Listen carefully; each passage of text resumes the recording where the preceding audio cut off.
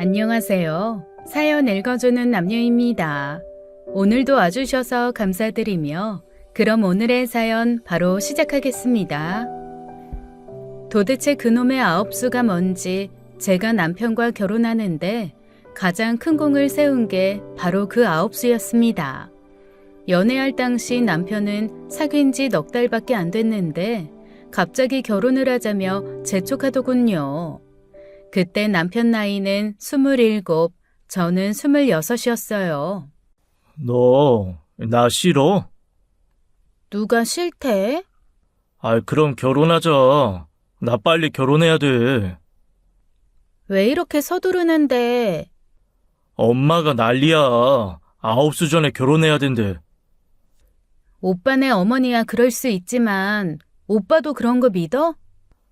아홉수를 믿어서가 아니라 일단은 너가 좋고 그래서 너랑 결혼하고 싶고 기왕 결혼할 거 부모님 마음 편하게 해드리면 더 좋잖아. 그러니까 결혼하자 빨리. 조금 섣부른 감은 있었지만 그렇다고 남편이 신랑감으로 부족한 사람은 아니었어요. 인물도 준수했고 성격도 모나지 않았고 집안도 좋지도 나쁘지도 않은 평범한 사람이었죠. 결혼을 한다고? 하긴 못할 것도 없지 뭐. 그 집에서 아홉수 타령한다며? 우리 집이야 그딴 거 개의치 않지만 사람만 괜찮으면 서둘러 해도 나쁘지 않지. 무엇보다 그 남자 좋은 회사 다니잖아. 엄마는 찬성이야. 아홉수도 아홉수지만 저희 집에서 제 결혼을 적극적으로 찬성한 이유는 남편의 직장 때문이었습니다. 남편이 다니던 회사는 꽤 유명한 중견기업이었는데요. 당시 그 회사 이미지가 엄청 좋았거든요. 그래서 친구들도 많이 부러워했어요. 진짜 좋겠다. 안 그래도 우리 아빠 그 회사 주식 많이 갖고 있어. 부럽다. 네 신랑한테 얘기해서 우리 소개팅 좀 시켜달라고 해. 새끼 좀 쳐. 그렇게 아홉수 되기 전에 후다닥 결혼식을 올렸고 허니문 베이비로 아들을 낳은 후 이어서 2살 터울로 딸도 낳았습니다. 남편은 직장 생활을 꽤 성실히 해서 제때 승진도 했고요. 아이들 대학 들어갈 때까지는 별 문제 없이 잘 살았습니다. 그런데 아무리 뼈를 묻겠다 충성 다짐했던 회사도 오래 다니다 보니 뼈 묻을 자리 찾기가 하늘의 별 따기더군요. 나 입사 동기 이용식 알지? 그 친구 지난달에 퇴사했어. 어머, 왜? 잘린 거야? 아니, 지가 관뒀어. 회사 생활 지겹다고 중장비 자격증 따겠대. 하긴 여러 번 승진에 밀렸잖아. 직장 생활에 정 떨어질 만도 하다. 그래서 말인데 나도 회사 관둘까 봐. 무슨 소리야? 몇 년만 버티면 정년인데. 정년 채운다고 누가 상 줘? 일찌감치 때려치우고 제2의 인생 시작하는 게 낫지. 솔직히 정년 채우다가는 제명에 못 살 것 같아. 사실 그전까지 별말 없어서 남편의 회사 생활이 힘든 줄 몰랐어요. 워낙 둥글둥글한 성격이라 두루두루 잘 지내는 줄 알았거든요. 세상에 쉬운 회사 생활이 어딨냐. 저 자식 먹여 살려야 되니까 이 약 물고 참는 거지. 근데 이 나이 되니까 힘들다 못해. 괴로워. 기껏 잘 돼야 임원 자리 하나 차지하는 건데 딱 봐도 나한테까지는 안 올 것 같아. 당신은 모를 거야.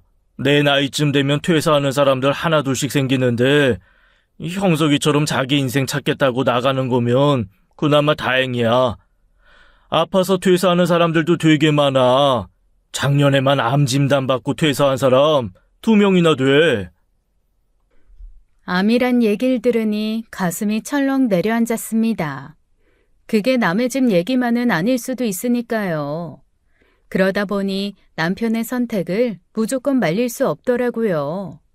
당시 큰아이는 휴학하고 군대에 가 있는 상태였고 딸아이는 학교 기숙사에 들어가 있었기에 달랑 저희 부부만 함께 살고 있던 터라 며칠간 그 문제에 대해 많은 얘기를 나눴습니다. 회사 관두면 뭐 하려고? 생각해 둔 건 있어? 나 고향 내려가고 싶어. 그 시골을? 아직 아버지 엄마 계시니까 더 늦기 전에 가까이 살면 좋잖아. 못했던 아들 노릇도 하고. 거기 가서 뭐 하게? 농사라도 짓게? 못할 거 뭐 있어. 우리 아버지 평생 하신 일이고 지금도 하고 계시잖아. 사실 당신한테는 말 안 했는데 나 그동안 공부 많이 해놨어. 당신이 안 내려간다고 하면 뭐 나 혼자라도 내려갈 거니까 그런 줄 알아. 말릴 수가 없더라고요. 이미 제 의견은 중요하지 않았습니다. 남편은 저와 상의를 하는 게 아닌 통보를 하고 있었으니까요. 물론 제 입장에서는 싫다, 죽어도 싫다, 고향 내려가려거든 당신 혼자 가라라고 할 수 있었습니다. 하지만 그럴 수가 없더라고요. 왜냐하면 그 순간 남편의 얼굴을 유심히 봤는데 참 많이 늙고 지친 모습이더군요. 아이들이 부모 품 떠난 이후부터 진짜 부부의 시간이라는데 어쩌면 지금부터인가 보다 하는 생각이 들었어요. 시부모님은 젊어서부터 농사를 지으셔 남편과 신우 대학 공부까지 시키셨습니다. 배움이 많지 않고 억척 같은 면도 있으셨지만 저에게 늘 잘해주셨고 그은한 시집살이나 아들 모세도 없으셨어요. 그러다 보니 솔직히 시부모님이 불편했다면 남편 혼자 내려보냈을 텐데 제 입장에선 어른들께 늘 받기만 했기에 더 늦기 전에 며느리 노릇 좀 해야겠다는 생각이 들어 남편의 귀농에 함께하기로 마음먹었죠. 시댁 내려갈 때마다 보던 2층짜리 자그마한 단독주택이 하나 있었는데요. 볼 때마다 빨래도 널려있고 마당에서 고추도 말리고 어떤 때는 집 앞에 자동차도 주차돼 있곤 했는데 몇 해 전 설 명절에 내려갔더니 이상하게도 썰렁한 분위기가 났습니다. 어머니, 저 집에 이제 사람 안 살아요? 네 아버지 친구 내외가 살았는데 몇 년 전에 바깥 양반 돌아가시고 그 후로는 할머니 혼자 살았거든. 근데 치매가 왔어. 여러 번 집 나갔다가 실종돼서 그때마다 난리도 아니었다. 결국 얼마 전에 서울 사는 딸내미가 모셔갔지. 그럼 이제 저 집은 어떻게 해요? 어떡하긴 뭘 어떡해. 그냥 저렇게 비워두는 거지.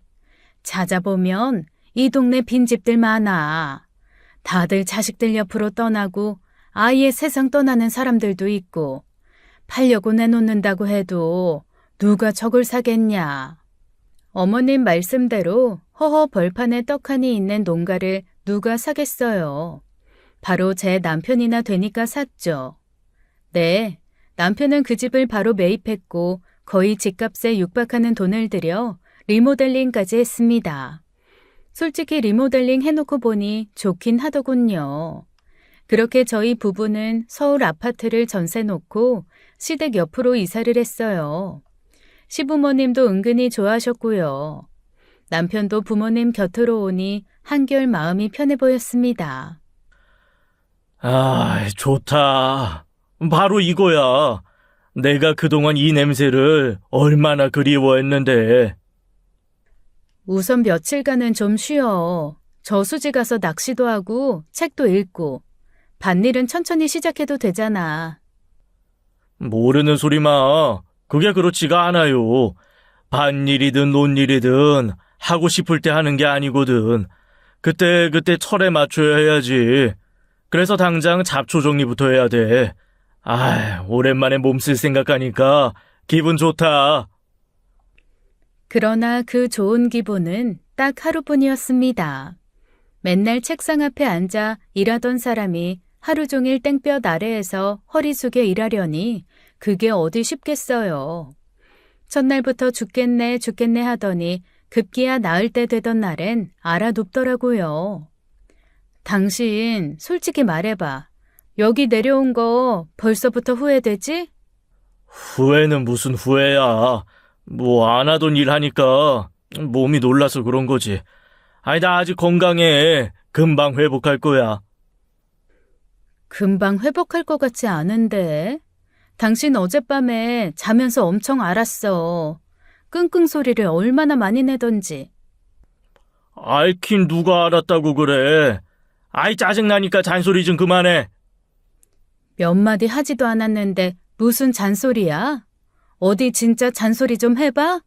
으이구, 나이가 50이 넘었는데 여태 청춘인 줄 알았냐? 맘만 먹으면 다 될 줄 알았지? 평소에 운동도 안 했으니 이제 노인네 다 된 거지 뭐. 제대로 씨나 뿌리면 다행이겠다. 아니야. 아이, 나 할 수 있어. 그래, 어디 한번 지켜보겠습니다. 일단 일어나 밥부터 드셔. 됐어. 안 먹어. 자존심을 약간 건드렸더니 실제로 다음 날부터 다시 밭일을 시작하더군요. 오랜만에 보는 남편의 귀여운 모습이었어요. 저희 부부의 귀향 소식을 듣고 득달같이 달려온 사람이 있었습니다. 오빠, 언니, 웰컴백!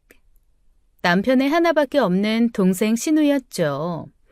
남편 말로는 어려서부터 똑똑하기로 유명해서 초중고 내내 반에서 1등만 했고 대학도 남편보다 훨씬 좋은 대학교에 들어갔대요.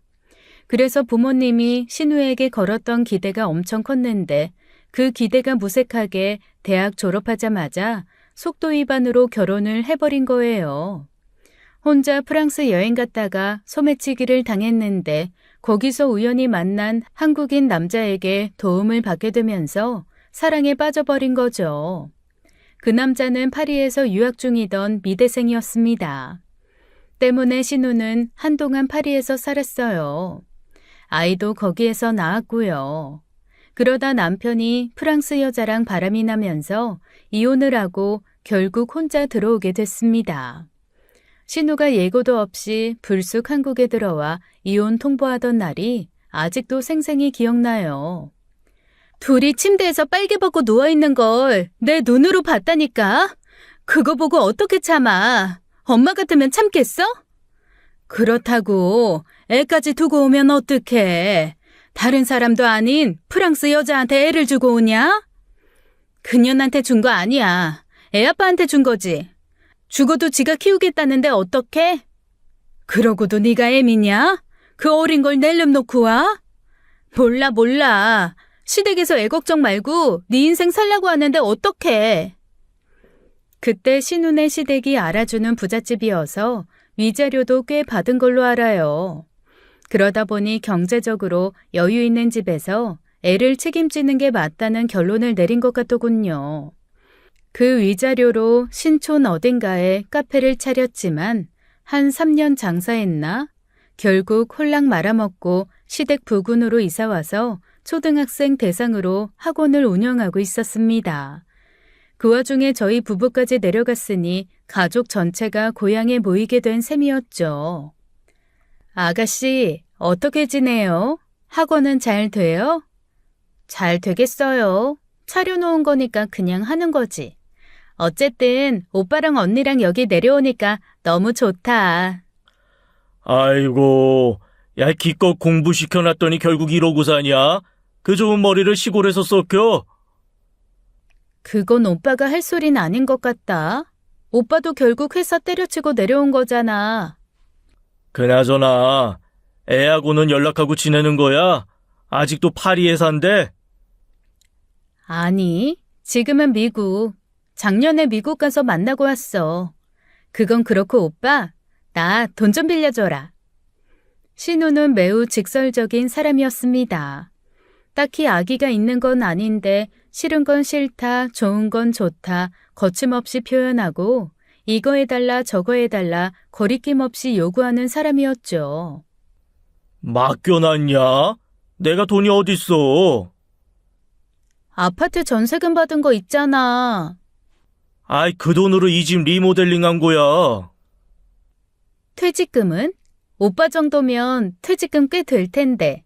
어차피 은행에 넣어놓는 거 나 조금만 줘. 우리 애들 둘 다 대학생이야. 앞으로 애들한테 들어갈 돈이 얼만데? 그러지 말고 좀 줘. 하나밖에 없는 동생, 손가락 빨고 사는 걸 볼래? 왜 손가락을 빨아? 나름 학원 원장 소리 들으면서. 서울도 아니고 시골이잖아. 초등학생이 몇 명 안 돼. 그러니 학원이 되겠냐? 그래도 동생이라고 남편은 결국 신우에게 용돈 삼아 몇백 주더군요. 그런데 그게 끝이 아니었습니다. 어느 날 모처럼 늘어지게 낮잠을 자고 있었는데요. 밖에서 시끄러운 소리가 들리길래 내다봤더니 남편과 신우가 말다툼을 하고 있더라고요. 정신 차려. 한 번 말아먹으면 됐지. 또 무슨 카페야? 그때랑 지금이랑 다르다니까. 요즘 이런 시골 국도변 카페가 유행이래. 유행이고 뭐고 난 모르니까 네 인생 네가 알아서 살아. 오빠가 돼서 어쩜 그렇게 무책임하냐? 하나밖에 없는 동생 좀 도와주면 안 돼? 학원도 제대로 안 되는 동네에서 무슨 카페냐고. 야, 여기 쟤들 노인들만 사는데 그 노인들이 카페에 가서 에스프레소 마시냐? 누가 노인네들한테 커피 판대?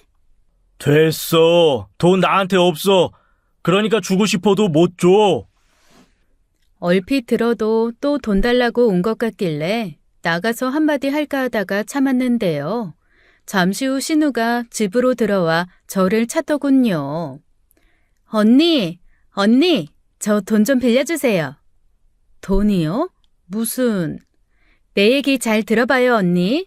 요즘 SNS 보면 지방 국도변에 예쁜 카페들 되게 많잖아요. SNS 타고 조금만 유명해지면 금세 대박 나거든요. 내가 예전에 카페 해본 경험도 있고 해서 오빠한테 하나 차려달랬더니 돈이 없대. 오빠 퇴직금 언니가 관리하죠? 나 그 돈 좀 쓸게요. 좀 도와줘요. 제발. 하지만 저도 그렇게 호락호락한 사람은 아니었습니다. 아가씨, 저 사람 회사 그만둬서 이제 우리 수입이 없어요. 큰애 제대하면 곧바로 복학도 시켜야 되고 걔 졸업하려면 2년은 더 뒷바라지 해야 돼요.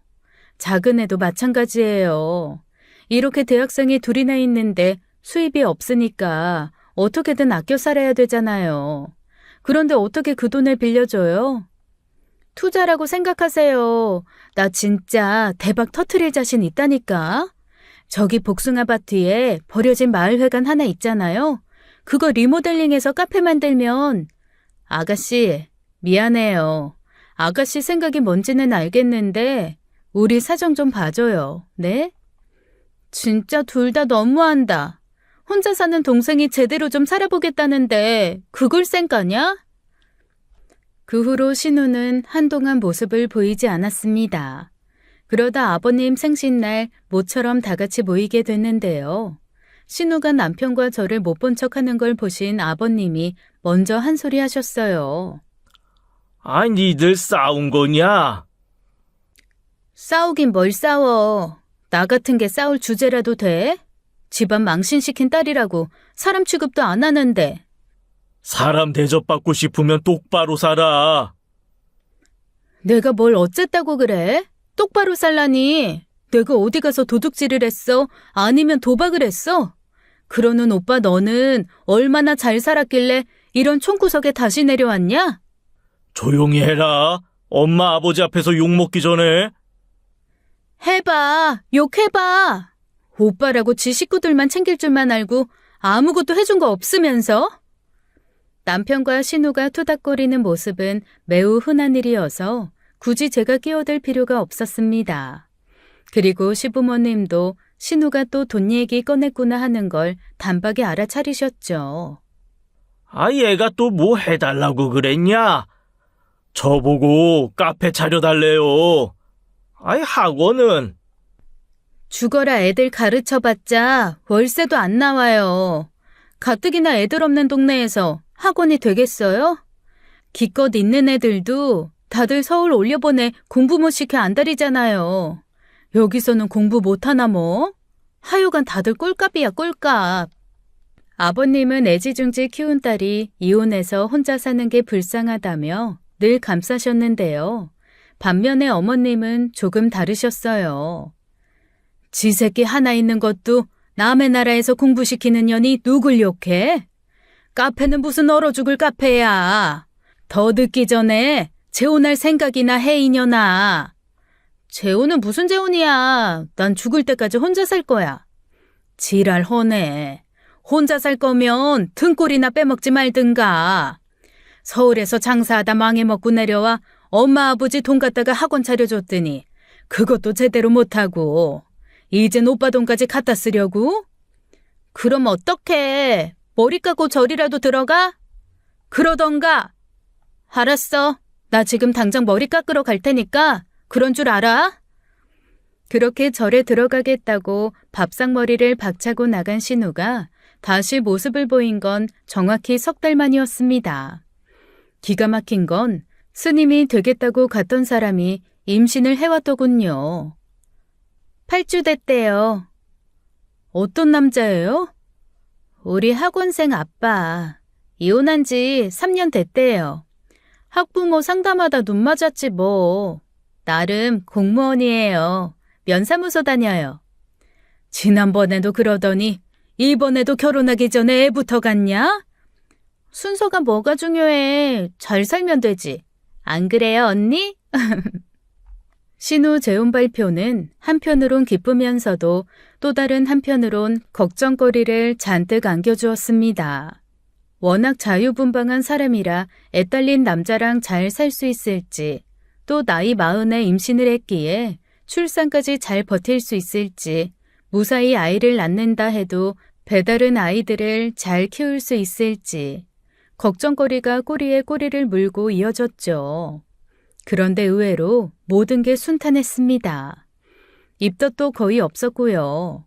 출산도 아이와 산모 모두 건강하게 잘 이뤄졌죠.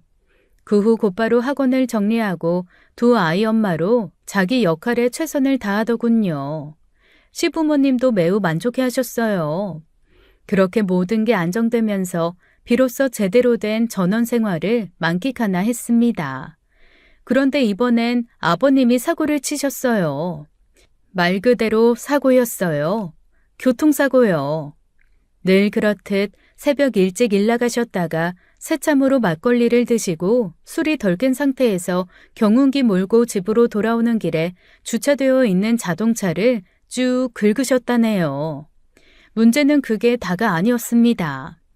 아버님 딴에는 마음에 걸렸던지 차 문틈에 10,000원짜리 한 장을 끼워놓고 오셨는데 그 장면이 블랙박스에 생생하게 찍혀 신고가 들어온 거예요. 그러게 내가 술 마시고 경운기 몰지 말라고 했잖아요. 명체촉한다고. 매일 아침 저녁으로 몇십 년을 다닌 길인데 막걸리 조금 마셨다고 집을 못 찾겠어. 그럼 조심해서 올 것이지 왜 남의 차는 긁어? 그래서 돈 놓고 왔잖아. 돈 10,000원으로 어떻게 차를 고쳐요? 자전거 고치는 것도 10,000원은 넘겠네. 그 참 그만 좀 쫑알대. 사람이 죽기랬어. 농사를 망치기랬어. 그깟 건 물어주면 될 거 아니야, 물어주면. 하지만 물어주기엔 너무나도 큰 돈이었습니다. 아버님이 쭉 긁은 차는 벤츠 지바겐이었거든요. 무려 2억이 넘는 차였습니다. 아니, 그 양반들은 왜 시골길에 그 비싼 차를 세워뒀다냐? 사진 찍는 걸로 먹고 사는 사람들이래요. 이 동네 출사 왔다가 자동차 잠시 세워두고 야산에 가서 사진 찍으러 갔었대. 사방팔방 논밭뿐인데 왜 여기까지 와서 사진을 찍어? 그거야 그 사람들 마음이고, 아버지 뺑소니 처벌 안 받은 것만 해도 얼마나 다행인데요.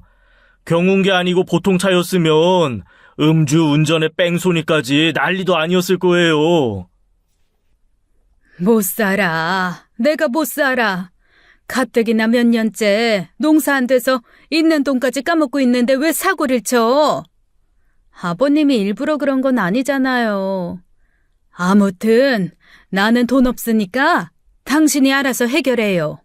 나 모르게 꼽을 쳐둔 돈 있을 거 아니야. 아니, 내가 돈이 어딨냐? 아무튼 난 몰라. 돈 없어. 그때까지 정확한 수리비가 청구된 건 아니었지만 분명 큰돈이 들 일이었습니다. 바로 얼마 전 신우 결혼시키면서 시댁에서도 또 저희도 나름 목돈을 썼던지라 수리비가 얼마나 나올지 그 돈은 또 어떻게 충당할지 걱정이 많았죠. 어쩔 수 없지 뭐. 우리가 해드려야지. 어떻게 된 게 회사 다닐 때보다 돈이 더 들어가는지 모르겠네. 좋게 생각해. 다친 사람 없는 게 얼마나 다행이야. 만약에 아버님 다치기라도 하셨어 봐. 그때는 진짜 농사도 다 망치고 난리도 아니었을걸? 어머님 지금 돈 걱정 때문에 밥도 못 드시고 계실 거니까 빨리 가서 말씀드리자. 돈 걱정 마시라고.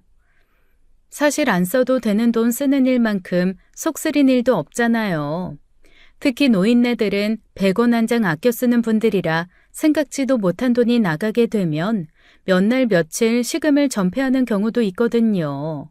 그래서 우리가 해결하겠다 빨리 말씀드리고 싶었습니다.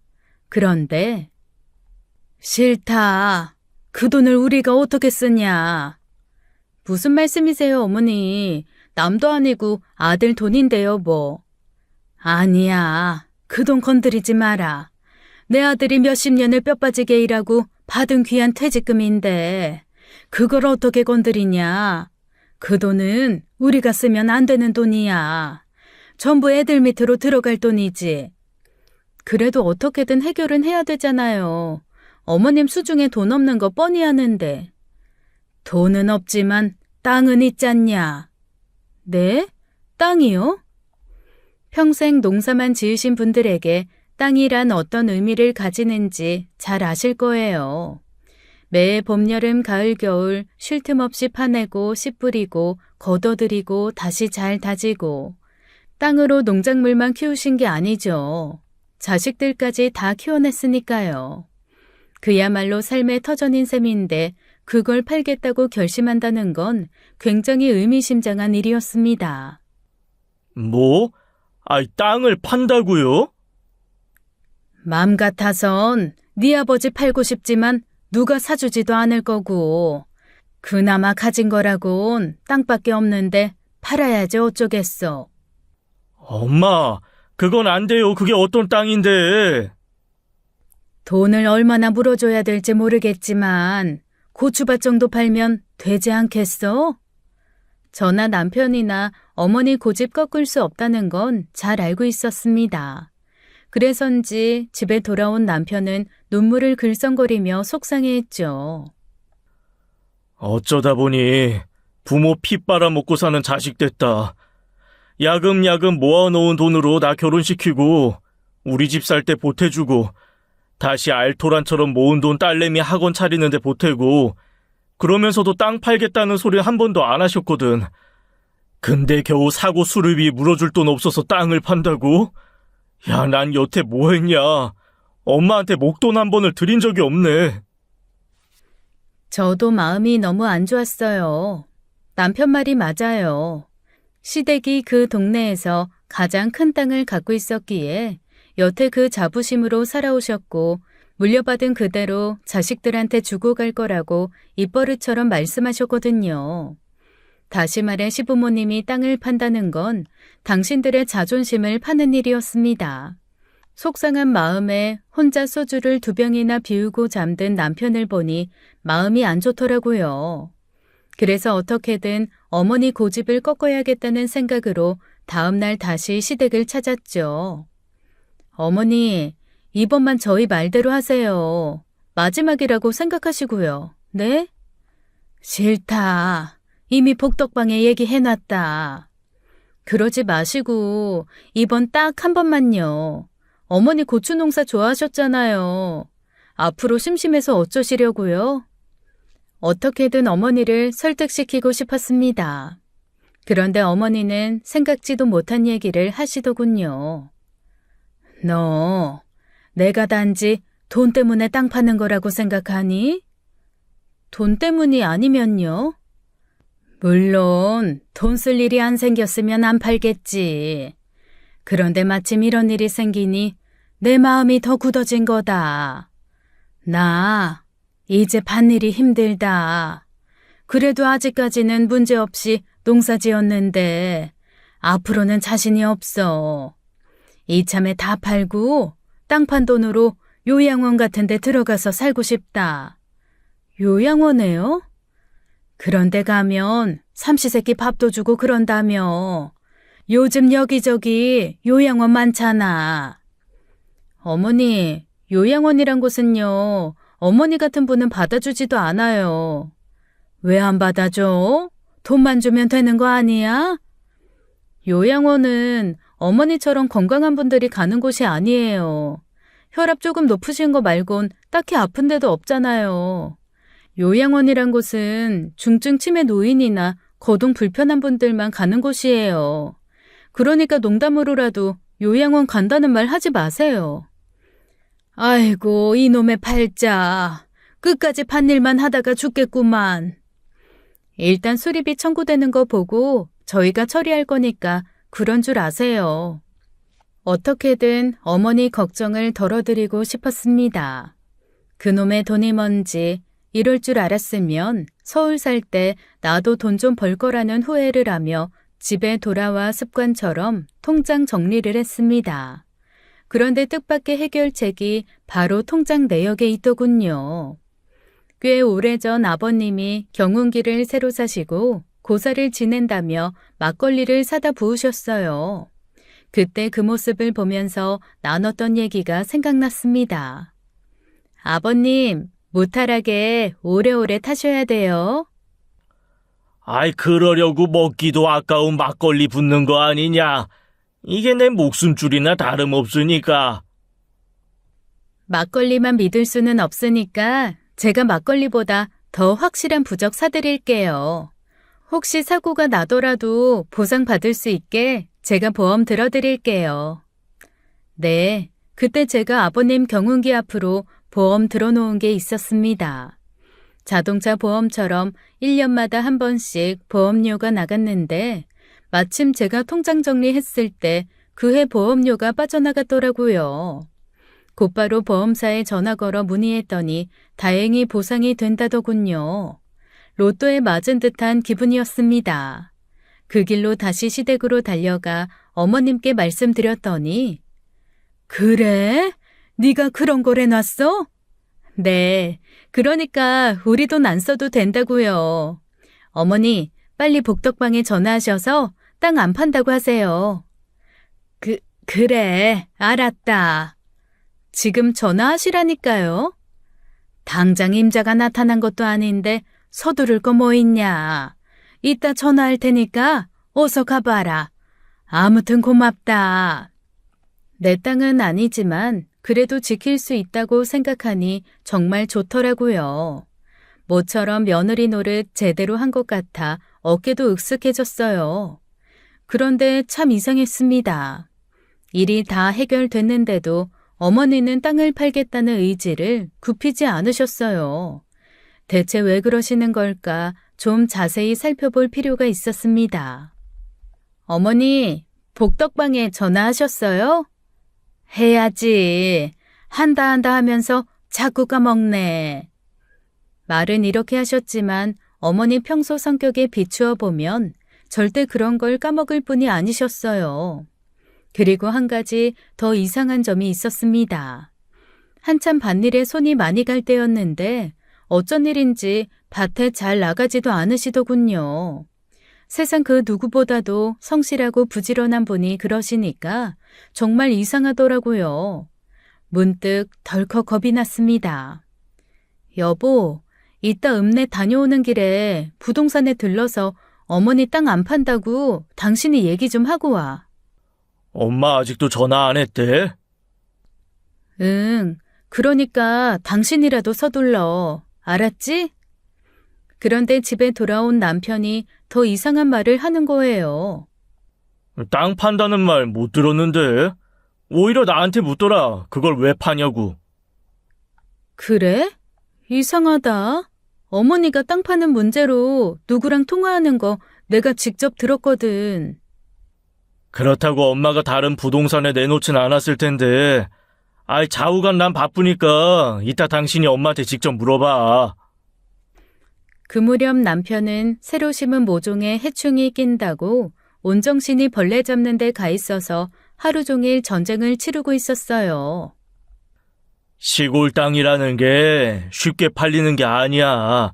여기저기 내놔도 안 팔리는 땅은 죽어도 안 팔려. 그러니까 당신도 너무 신경 쓸 거 없어. 저도 잘 알아요. 남편 말이 맞다는 거.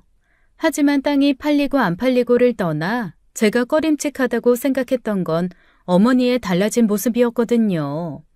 그래서 어머니께 직접 물어봤습니다. 어머니, 땅 어디에 내놓으신 거예요? 아까 그 사람이 읍내 나갔다가 홍 사장님 부동산 들러서 물어보니까 얘기 들은 거 없다고 했다던데요? 뭐 그런 걸 묻고 다니냐. 걱정되니까 그랬겠죠. 어머니, 솔직히 말씀해 보세요. 애당초 땅 안 내놓으셨죠? 제가 좀 과할 정도로 꼬치꼬치 캐묻자 그제서야 어머니는 제게 모든 걸 털어놓으셨습니다. 땅 내놨어. 지난번에 말한 고추밭만 내놓은 게 아니라 전부 다 내놨어. 전부 다. 전부 다요? 왜요? 전에 말했잖아. 농사일 힘들어서 그만하고 싶다고. 나만 그런 게 아니야. 네 아버지 이번에 사고 친 것도 그렇고 그 영감이 재작년부터 갑자기 여기저기 아픈 데도 많고 이대로 계속하다가는 진짜 밭에서 일하다 죽겠더라고. 그래서 이참에 있는 대로 싹 다 팔고 네 아버지랑 요양원 아니 실버타운 들어가서 살란다. 갑자기 그런 생각을 왜 하셨는데요? 맘 같아서는 안 팔고 니들 물려주려고 했는데 알아보니까 몇 년 사이 땅값이 엄청 올랐어. 들리는 소문에는 여기 싹 다 개발된다는 말도 있더라고. 아마 그런 소문 때문에 오른 것 같은데 마침 사겠다는 작자가 나타났다. 그래요? 누군데요? 언제더라? 네 아버지 사고 치기 전인데 느닷없이 어떤 업자가 찾아왔어. 땅 팔 생각 없냐고. 처음엔 없다고 했지. 그런데 겁나 비싸게 쳐주겠다는 거야. 골프장인지 뭔지 짓고 싶다고. 그래서 생각해보겠다고 했는데 마침 네 아버지가 사고를 쳤지 뭐냐. 그래서 그날 바로 전화했지.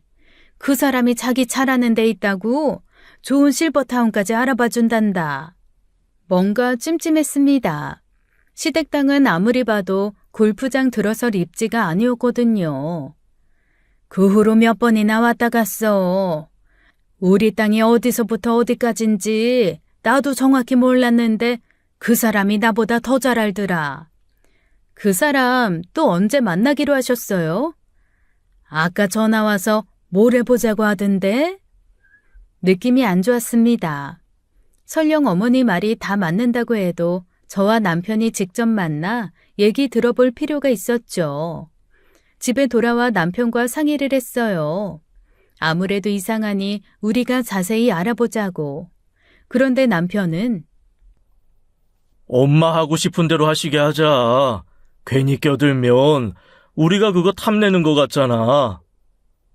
탐을 내든 아니든 중고차 파는 것도 아니고 어머니 아버지 입장에선 전 재산 파는 거나 마찬가지인데 제대로 알아봐야 될 거 아니야. 정 그렇게 찜찜하면 당신이 만나봐. 나 지금 거기에 정신 팔 겨를 없어. 왜? 벌레 때문에? 아유, 내가 이걸 왜 한다고 했는지. 저질러 놨으니 접을 수도 없고. 농사 이게 보통 일이 아니다. 해충 좀 잡히나 했더니 이번엔 잡초가 날리고 내가 아주 돌재경이야. 남편은 밭일 이외에 그 어떤 것도 눈에 들어오지 않았습니다. 부모님 재산이 왔다 갔다 하는 판국인데도 저렇게 태평하다니. 한편으로는 참 우직한 사람이구나 싶어 좋게 생각하기로 마음먹었어요. 그래서 결국 땅 사겠다는 사람은 저 혼자 만나게 됐죠. 저보다 10살 정도 많아 보이는 남자였는데 딱 봐도 돈 좀 굴리는 사람처럼 보이더군요. 저희 부모님 땅 사고 싶으시다고. 아, 며느님 되시는구나. 사실 제 선친하고 아버님하고 오래전부터 잘 아는 사이였습니다. 그래서 어렸을 때부터 아버님을 배웠어요. 뭐 뵐 때마다 며느님 칭찬을 많이 하시길래 뭐 언제 한번 봤으면 좋겠다 했는데 이렇게 보네요. 보시기에 가치 있는 땅인가요? 내가 젊어서부터 땅에 관심이 많았어요.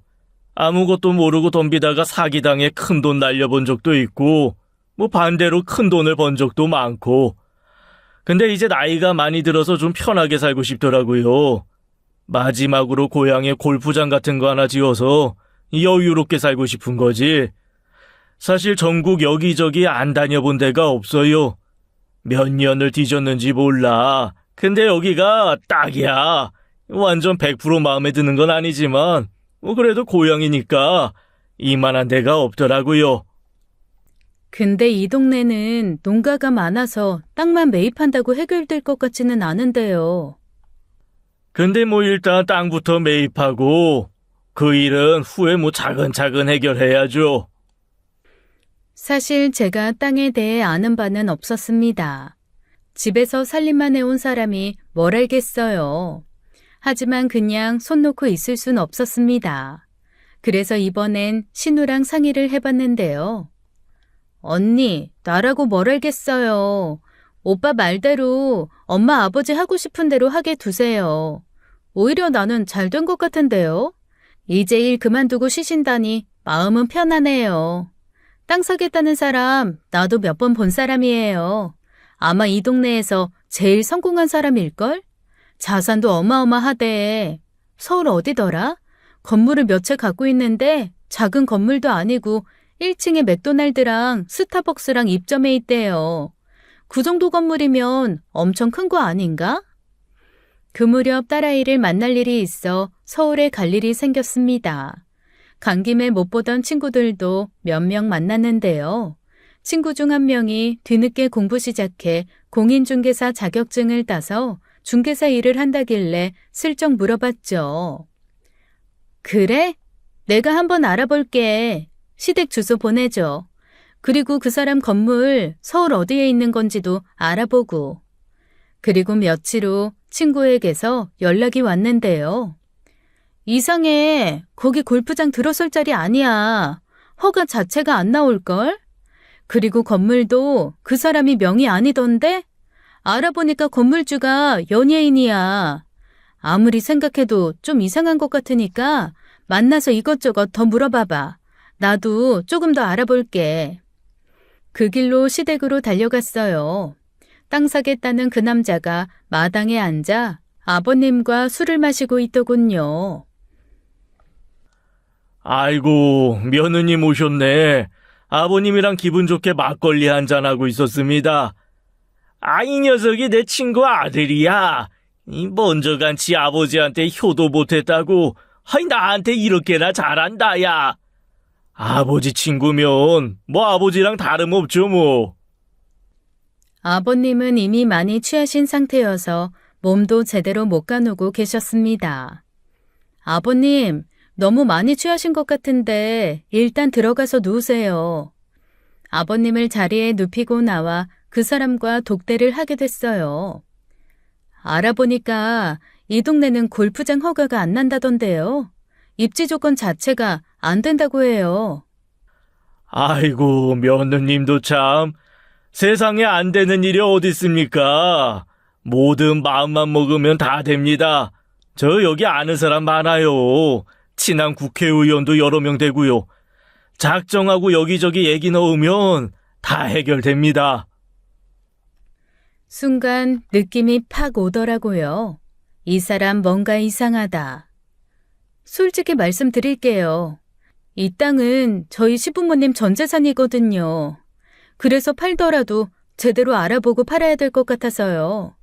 시세보다 후하게 쳐주시고 부모님 들어갈 실버타운까지 알아봐 주신다니 감사하긴 한데요. 혹시라도 나중에 불미스러운 일이 생기면 어쩌나 우려가 되는 것도 사실이에요. 아이고, 참 얘기 듣자니 좀 그러네. 내가 돌아가신 아버지 친구한테 사기라도 칠까봐. 저는 사기라는 말 한 적 없는데요. 며느님 마음은 알겠는데 말 나온 김에 나도 솔직히 얘기하겠습니다. 이 집 아들, 딸도 가만히 있는데 왜 며느님이 나서서 이러시는지 모르겠네. 이미 부모님과 다 된 얘기고 내 쪽에서 편히 봐드리는 게 한둘이 아니에요. 그러니까 며느님은 이 일에서 빠져주세요. 이건 부모님과 제가 알아서 할 문제니까. 네? 남자는 불쾌하다는 표정을 짓더니 자리에서 일어나 가버렸습니다. 그 후 그 남자의 실체를 알게 된 건 정확히 일주일 후였어요. 밤 12시가 다 돼서 친구에게 전화가 걸려왔습니다. 야, 내가 알아봤는데 안 돼. 그 사람 꾼이야, 꾼. 꾼이라니? 사기꾼. 전과가 무려 5범이다. 작년까지 교도소에 있다가 나왔대. 서울에서 2번 사기 쳐먹고 이젠 조직적으로 시골 노인들 등쳐먹고 다니는데 요전에 들어갔던 것도 어떤 노인네 속여서 땅을 해먹었는데 그 노인네가 사기당한 거 알고 화병 나서 죽었단다. 수법이 완전 똑같아. 고급 실버타운 알아봐주겠다. 노후 편하게 보낼 수 있게 해주겠다. 그렇게 노인들 속여먹는 거지. 그리고 진짜 중요한 거는 매번 친구 아들이라고 접근한대. 그러니까 절대 속지 마. 시부모님께 빨리 말씀드려. 전화를 끊고 시댁으로 달려갔습니다. 너무 늦은 시간이라 두 분 다 주무시고 계셨는데요. 마루에 서류 봉투가 있길래 열어보니 실버타운 팜플렛이었어요. 하지만 가짜였죠. 검색해보니 그런 곳은 있지도 않더라고요. 친구 말이 맞았습니다. 그 인간이 시부모님께 사기를 치려던 게 분명했죠. 모든 사실을 남편과 신우에게 말하고 다 함께 부모님을 만나 말씀드렸습니다. 저 혼자 얘기하면 안 믿으실 것 같았거든요. 엄마, 올케 언니 아니었으면 이거 다 날릴 뻔했어. 낸들 알았냐? 그놈이 사기꾼인걸. 네 아버지 친구 아들이라니까 믿은 거지. 아버지 친구 아들인 건 맞아요? 그것도 아니지? 아유, 어릴 때 보고 다시 보는 거라. 아유, 얼굴은 기억이 안 나. 지가 내 친구 아들이라니까 그런가 보다 한 거지. 그러게 멀쩡한 땅을 왜 팔아요? 나중에 우리 주기로 했으면서. 어머니와 아버님은 아무 말도 못하셨습니다. 그 마음은 알 것 같았어요. 그저 자식들에게 미안하셨겠죠. 그리고 잠시나마 시설 좋은 실버타운 들어갈 생각에 마냥 부풀어 있던 마음이 산산조각 났으니 그 속이 오죽하셨겠어요. 그러게 말이다. 다 늙어 괜한 욕심냈나 보다. 알았으니까 다들 가. 피곤하다. 사기를 피하고 땅을 지킬 수 있어서 다행이긴 했지만 그 후로 두 분의 기력은 급격히 쇠하셨습니다. 그도 그럴 것이 그토록 하기 싫었던 농사일을 다시 해야 한다는 게 얼마나 싫으셨겠어요. 옆에서 보고 있자니 마음이 너무 아팠습니다. 게다가 아버님은 예전보다 술을 더 드셨죠. 귀찮다. 니들이나 챙겨 먹어라. 그나저나 네 아버지 저렇게 밥도 안 먹고 술만 퍼먹다 한 방에 갈까봐 겁난다. 네가 좀 붙잡고 얘기 좀 해라. 내 말은 씨도 안 먹혀. 볼 때마다 말씀드렸죠. 약주 줄이시라고요. 하지만 통할 리가 없었습니다. 말로는 알았다고 하셨지만 늘 술에 쩔어 사셨어요. 어머님, 아버님, 밭일 그만하게 해드리자. 당신 그거 모르는구나. 엄마 아버지 밭일 손 놓으면 진짜 병나. 그 말도 맞긴 한데 지난번 그 일 겪은 후에는 밥도 잘 안 드신단 말이야. 실버타운 들어간다고 얼마나 좋아하셨는데. 근데 방법이 없잖아. 땅이라도 지킨 게 다행이지. 아들은 역시 아들이구나 싶었어요. 그래서 이번에는 신우랑 상의를 했죠. 언니 말이 맞아요. 며칠 전에는 엄마가 나 붙잡고 울더라. 밭일 지긋지긋하다고 남은 인생 다른 사람 수벨받으면서 살 줄 알았는데 이게 뭐냐고. 그래서 같이 막 울었지 뭐. 방법은 오빠가 빨리 밭일 익혀서 대신 해주는 것밖엔 없잖아요. 나는 이제 막 애 키우기 시작해서 정신도 없고. 곰곰이 생각해봤어요. 진짜 방법이 그것밖에 없을까. 어떻게든 어머님, 아버님 편하게 해드리고 싶은 마음뿐이었거든요. 결단을 내려야 했습니다. 평생 자식 위해 희생하고 사신 분들이니 이제는 자식들이 희생을 감수해야 될 때가 됐다 싶었어요. 그래서 남편과 신우를 불러 얘기했습니다. 두 분 실버타운 보내드려야겠어요. 돈이 어딨어? 당신 퇴직금 써야지 뭐. 그럼 우린 뭐 먹고 살아? 벌어야지. 아직 젊잖아. 아버님 하시는 밭일 앞으론 당신이 할 생각해. 나도 도울게. 저 넓은 걸 어떻게 나 혼자 하냐? 왜 못해? 아버지는 평생 혼자 하셨는데. 어찌됐건 더 늦기 전에 편히 모시자. 우리 살 길 생각하느라 두 분 계속 고생하게 할 순 없잖아. 난 찬성. 솔직히 오빠 여기 내려올 때 아들 노릇하겠다고 내려온 거 아니야? 이제 진짜 제대로 해봐. 지난번 사기꾼 일도 언니 혼자 다 해결했잖아. 그동안 오빠 너는 뭐 했냐? 그러는 너는 뭐 했는데? 애 키웠잖아. 내가 놀았어? 남매 둘이 싸움이 붙으면 그저 조용히 있는 게 상책이었습니다. 매우 익숙한 광경이라 제가 끼어들어봤자 좋을 일 없었고 무엇보다 두 사람 싸우는 거 지켜보는 맛이 꽤 재밌거든요. 늙음하게 애 낳아 키우는 게 벼슬이냐? 늙음하기라니? 요즘 40 넘어서 애 낳는 사람이 얼마나 흔한데. 그리고 가뜩이나 애 안 낳는 나라에서 나 정도면 훌륭한 거지. 잘했다고 칭찬을 해줘도 모자랄 판에. 아이 그래서 유모차 사줬잖아. 그거 왜 사줬는데? 잘 키우라고 사준 거 아니야? 그래서 잘 키워보겠다는데 이제 와서 왜 벼슬이라니? 오빠가 돼서 그게 할 소리냐? 아이고 알았어 기집애야. 너 잘났다. 기집애 하지 마. 나도 이제 애가 둘이야. 그나마 다행히 두 사람 다툼은 생각보다 그리 길게 가진 않았습니다. 대부분 짧고 강하게 끝나는 편이었죠. 이제와 얘긴데 언니한테는 늘 고마워요. 그때 내가 오빠 퇴직금으로 카페 차렸으면 아마 또 망해먹었을 거야. 아니까 다행이다. 근데 그 돈 엄마 아버지한테 쓰겠다니 정말 고마워요, 언니.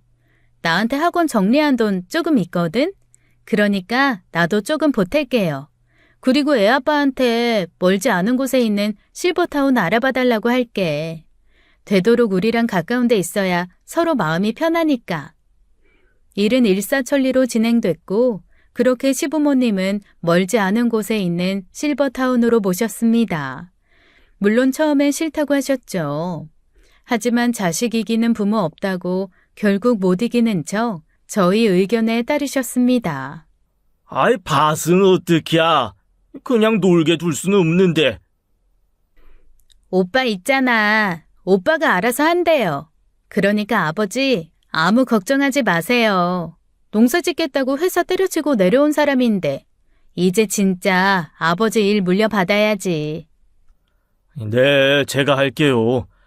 뭐 하다가 모르는 거 있으면 그때그때 물어볼 테니까 잘 좀 가르쳐 주세요. 처음엔 남편도 열심히 해보려고 했습니다.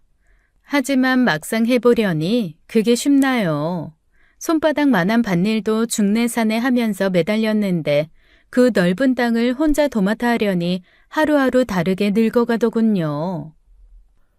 사람을 써야 되나 봐. 요즘 농촌마다 외국인 노동자들 많이 쓴다며. 이건 혼자 할 수 있는 일이 아니야. 아버님, 어머님은 여태 혼자 하셨잖아. 그게 나도 의문이다. 이 많은 일을 두 노인네가 어떻게 하셨을까? 정말 대단하시다. 남편은 밤마다 끙끙 앓았습니다. 물론 저도 많이 도왔어요. 그야말로 보통 일이 아니더군요. 한 번은 일하다가 식사 시간이 돼서 밥을 먹는데 갑자기 남편이 손에 숟가락을 든 채로 우는 거예요. 당신 왜 그래? 무슨 일 있어? 그게 아니고, 아니, 난 정말 몰랐거든. 우리 아버지가 나를 이 고생하면서 키운 거, 하루 이틀도 아니고 몇십 년을 이렇게 사신 거잖아. 진즉에 그만두게 해드렸어야 됐는데, 난 진짜 아들도 아니다.